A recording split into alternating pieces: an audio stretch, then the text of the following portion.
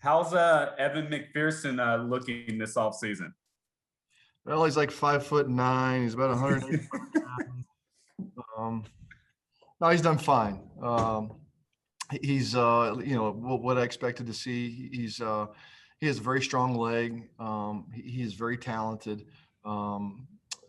He's further along. Obviously, because of all this COVID stuff, we don't have a great opportunity to spend a lot of time with him other than on Zoom, prior to the draft. But he really has a solid feel for his technique, and what it takes to kick, and he has very, very good feel for a young guy. You got to remember he's really should be a college senior right now, so he's a year behind a lot of these guys are. But I think his feel's outstanding. He's well on his way. Coach, when you look at the rookies coming in, have there been any guys that have been eager to get acclimated to special teams and just kind of coming up to you saying, "Hey, Coach, I'm ready. Whatever you need me to do"? Yeah, I think they all are eager. They're eager at this time of year. And then one of my big messages to those guys all the time is, we need to be good friends starting in really June all the way through. I said, don't try to be my friend after the second preseason game. It's too late. You start to realize, what it takes to make our team. When they see their chances start dwindling and falling away, then all of a sudden it becomes important to them again, to have a role in the kicking game. But no, I think these guys have been on. It's just still been. It's better than it was a year ago in terms of the off season, but it's still not the same as what it was. I still feel it's kind of watered down. Comparatively, it's hard for me to get a great feel for what these guys are athletically, just because we can't do a whole lot of full speed yet.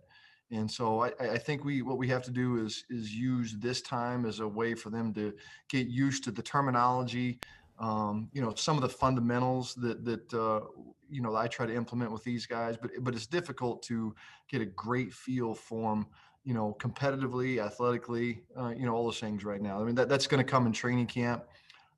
Fortunately for us, it looks as though we're trending toward having a more normal, training camp than what we even did a year ago. Certainly, we missed out on seeing these guys perform in preseason games, so that'll be a good thing to see. But yeah, again, we're off to a good start with a lot of these young guys. We'll see how it shakes out. It's probably too late for me. It's probably too late for me to be your friend. But if I could ask you a question about, I was done a long time ago. So. Okay, you've got a lot of experience in this thing. This has been a very odd off season. What is your take, the long view take on the team? Getting everybody here, getting everybody in the flow. I mean, it's really odd. The players and the coaches work together to make that happen. Where do you think this locker room is as far as, coming together and what happened in these 10 practices? I think when you look at it, though, really, we're a lot further along than most. When you look at some of what these other teams have done or really haven't done up to this point, I think we're a lot further along. I feel good about us that way. I think the desire, I mean, these guys understand, where they're at and where we're at as a team. And we can't afford to miss a lot of days. I mean, we need all the work we can get in. Yet at the same time, we got to be smart. We don't want to get guys injured, out there practicing. I get that. I think, it was a very difficult time a year ago going into training camp when we really had no knowledge of where these guys were physically. I mean, how much running they've been doing. Were they really in shape to play football, not play football? We've got a better feel for that now. It's still not where it was at one point, a couple of years ago, 2019, let's say, for instance, or even before that. But I think our guys are in a good place mentally. I think they understand that when training camp comes, when July rolls around here, it's time to lace them up and it's time to go. I mean, it's go time. There is no more holding back then. Coach, what's your philosophy on installation? Lou said that he's thrown quite a bit at the guys, and see what kind of retention they have when they come back, and there'd be hopefully one step ahead, not have to be at square one. What's your philosophy? Do you throw a whole bunch at them, or do you take it in slower stages? What do you do in these camps? Well, I think it depends a little bit on where you're at, who I'm dealing with. Right. I can't think of a team that had their kicker was a free agent, their punter was a free agent, their snapper was a free agent, their kickoff returner was a free agent, their punt returner was a free agent, and the two leading, the leading tackler was a free agent. And fortunately, I think our people upstairs did a good job of getting really the core nucleus of all those guys back, which was fantastic. But still, I think that you can't spring too much on some of these young guys. Some of the veteran guys are ready for more. I joke around that, Jordan Evans sits up in the front of the room at all the meetings, and he's heard this solid protection meeting on punt for probably about 15 times. And so it's not like he needs that. But the guy sitting in the back row, the guy who's sitting in that meeting for the first time, certainly needs it. There are varying levels of knowledge and understanding, I think, in the room. So I don't throw a lot at him to answer your question right now at this point.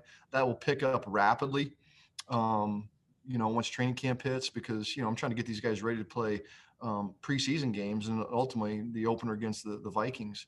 But that will certainly ramp up. But I think you put the core, just the basic knowledge stuff, because our game is still, regardless, I get it, it's still football, but our rules are so much different than what some of them are in college football that, some of that takes, some getting accustomed to. Plus, a lot of these guys haven't played, significantly on special teams in a bit. So I think just getting the core of what we do is important right now. Darrin, with that in mind, I mean, the rules have changed so much in the kicking game in the last 5 years. It seems like every single year there's been some tweak made to the special teams, to kicking especially. I'm curious from your point of view if you've caught up with everything now, and now you can settle into a rhythm of how you want to coach these guys up with regard to the new rules in the kicking game. Yeah, I feel like I've caught up. I feel like, for me, fortunately, I've been part of a couple of these committees that have come up with some of these changes. So I feel like I've kind of been out in front of a lot of them, with having knowledge of what the league is looking for, in terms of player safety, whether in terms of, trying to do things just to make the game better, from their standpoint. So I feel that our guys are in a good place. I feel like we're out in front of that, stuff quite a bit. Really the only substantial rule change, it's not really substantial. The only real rule change this year is the league wants to see the onside kick be a little bit more successful than what it was. And so that's really, the only rule change this year is you can have, no more than 9 players up in front of the 40-yard line. We used to put 10. So that's going to be a subtle change, I think. They're not looking for anything groundbreaking in terms of, onside kick percentages increasing by 20%. They just like to see a couple more, just have it be more of a competitive play than what it has been. Thank you. How wide open is the punt returner job, and how many different guys do you anticipate getting a look at in the preseason doing that? It's about as wide open as the Kansas Prairie is right now, I think. We've got several guys who have are going to be thrust into that spot. Trent Taylor, I think, certainly has a leg up on some, just because he's done it before in the league. He's somebody that I trust catching the ball in a short period of time. I worked him out down in at Louisiana Tech when he came out. So I had a pretty good feel for him when he came out, and I've watched him over the course of his 4 years in the league. I went and worked out Pooka Williams at Kansas. I'd followed him, just being a alumni there. I'd followed him, and I knew what he'd been as a running back, and I knew the dynamic player he was in that regard. And he'd done some kickoff return work, but we really needed somebody to return punts. And this guy's built for that spot. He just doesn't have the experience of doing it. And so he's really worked his tail off to try to learn to catch it. And when I went to Kansas to work him out, it was a little shaky. But like all these guys are, but the thing that showed up is he does have ability. He has ability to adjust, ability to move. And that's what you're looking for when you go to these things. It's not necessarily the complete finished product. It's not the execution of it, but can you see little bleeps of the athleticism? Like, man, this guy, with some coaching and just making him understand how to do it, he can do it. And I think that's going to be the case. If we can get the ball in his hands cleanly, this guy has real quickness and speed and movement and all the things that you look for in a punt returner that way. We have other options too. Riley Lease, unfortunately, got banged up a little bit here, tweaked his hamstring, so he'll be behind the 8 ball maybe to start training camp. But hopefully he'll be back on time. But he was somebody who did it in college. who's very sure-handed. You know, Tyler Boyd has always caught the ball real cleanly. Trenton Irwin's a guy who did it at Stanford, you know, and you know, he's just dying to find a spot. You know, he'll do whatever he can do to try to find a spot. And so who knows, maybe that's being the punt return. I mean, let's face it, when Alex Erickson, we really didn't say what we want. We didn't know that Alex was going to be able to do it whenever he got here. Then he made a couple splash plays in the preseason. So hopefully one of these guys will make some of those plays in preseason games and make our job easy, you know, in coming up the decision. Being a Jayhawk, were you involved in recruiting Pooka Williams as a college free agent? I'm sure a lot of teams were interested. Yeah, no, I honestly, I really wasn't. You know, I think our guys did a great job. Christian Sarkisian, I think, was the point man on that. He did a great job of securing that early, you know, early in that free agent derby after the draft was over. And he did a good job. He did a hell of a job of getting him lined up, because I'm sure there was some, you know, there was some interest there, because this guy was like the Big 12, you know, maybe freshman offensive player of the year at one point. So he had a great deal of ability. So I wish I could take credit for that, but that was the people upstairs. That was Christian. Darrin, I think you told me that he hadn't caught a punt until you went out to the workout. Where is he now in relation to that? How, as far as just catching punts, where is he? I think he's made great improvement. Yeah, I think he's made great improvement. You know, I feel like it was, you know, a couple years ago when I got here, and we were trying to do the same thing with Peter Warwick. You know, he really didn't understand. You know, even though he done punt returns, he didn't really understand how to do it. I think he just always used his natural ability and reacted and done it. But there's just, as I've stated many times, there's so much more that goes into being a punt return, is catching the ball. You got to make decisions in the plus 50. You know, when do I fair catch? When do I not fair catch? You know, catching kickoffs back there is easy because the ball's coming right at them and they don't have any pressure. You know, there's no coverage players around. But catching punts, when you got two gunners breathing right down your neck, and you got to make a decision: do I catch it? Do I not fair catch it? Do I signal fair catch? So there's so much that goes in, more that goes into it than just catching the ball. But I do think that he's made great strides, you know, compared to what it was that day in Lawrence. Not that it was poor that day in Lawrence, but you know, there are just certain things that guys do that you can tell when they're very inexperienced. They chase the ball all over the place.